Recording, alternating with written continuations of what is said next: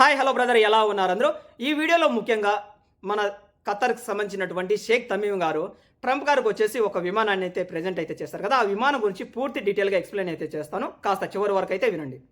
ముందుగా ఈ విమానం యొక్క కాస్ట్ గురించి మీరైతే వినే ఉంటారనుకుంటాను. దాదాపుగా 3,400 కోట్లు విలువ చేసేటటువంటి బోయింగ్ 747-8 ఈ విమానం. అయితే ఈ విమానంలో పట్టేటటువంటి కెపాసిటీ ఎంతో తెలుసా? అంటే ప్యాసింజర్స్ దాదాపుగా 400 మంది పడతారట ఈ బోయింగ్ 747లో.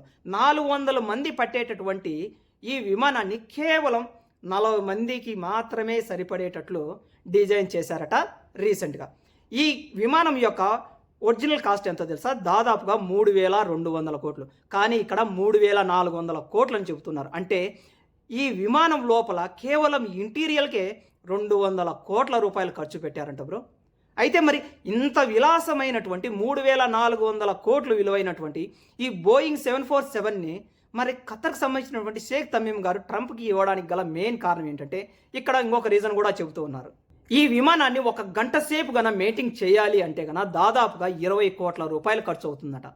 ఫర్ ఎగ్జాంపుల్కి వచ్చేసి ఒక్కసారి గన ఈ ఫ్లైట్లో గన తమీమ్ గారు గన మన భారతదేశానికి రావాలంటే గన మ్యాక్సిమం అంటే 5 గంటల సమయం పడుతుంది. 5 గంటల సమయానికి గంటకు 20 కోట్ల ప్రకారం 100 కోట్ల రూపాయలు ఖర్చు అవుతుందన్నమాట. అంటే పోవడానికి 100 కోట్లు, రావడానికి 100 కోట్లు, అంటే దాదాపుగా 200 కోట్ల రూపాయలు ఖర్చు చేయాల్సి అయితే ఉంటుందట. అంత ఎక్స్పెన్సివ్ విమానం అన్నమాట ఇది. ఇటువంటి విమానాలు దాదాపుగా చాలా అయితే ఉన్నాయి. అయితే ఈ విమానం ఫస్ట్ టైం ట్రంప్కి అయితే ఇవ్వడం లేదు. ఇంతకు మునుపు టర్కీకి చెందినటువంటి ప్రైమ్ మినిస్టర్ కూడా ఒకటి ఇచ్చారు. ఇది ఈ విమానం యొక్క పూర్తి స్పెషాలిటీ అనమాట. అయితే ఇప్పుడు ట్రంప్ గారు తీసుకోవచ్చా లేదా అన్నది ప్రస్తుతం వచ్చేసి చర్చ అయితే జరుగుతుంది. అమెరికాకి సంబంధించినటువంటి మీడియా వాళ్ళు ఒక ప్రశ్న అయితే అడిగారు ట్రంప్ గారిని, మీరు ఎలా తీసుకుంటారు?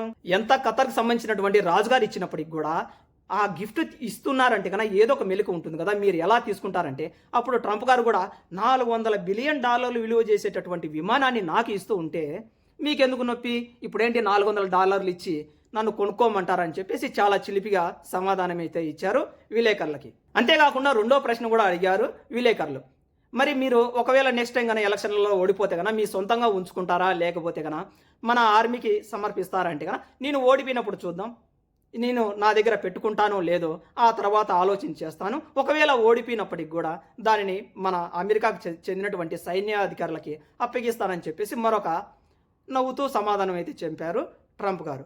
అంటే చూడండి ఈ విమానం కూడా ఎంతటి ఇబ్బందిని అయితే తీసుకొచ్చి పెడుతూ ఉందో ట్రంప్ గారికి.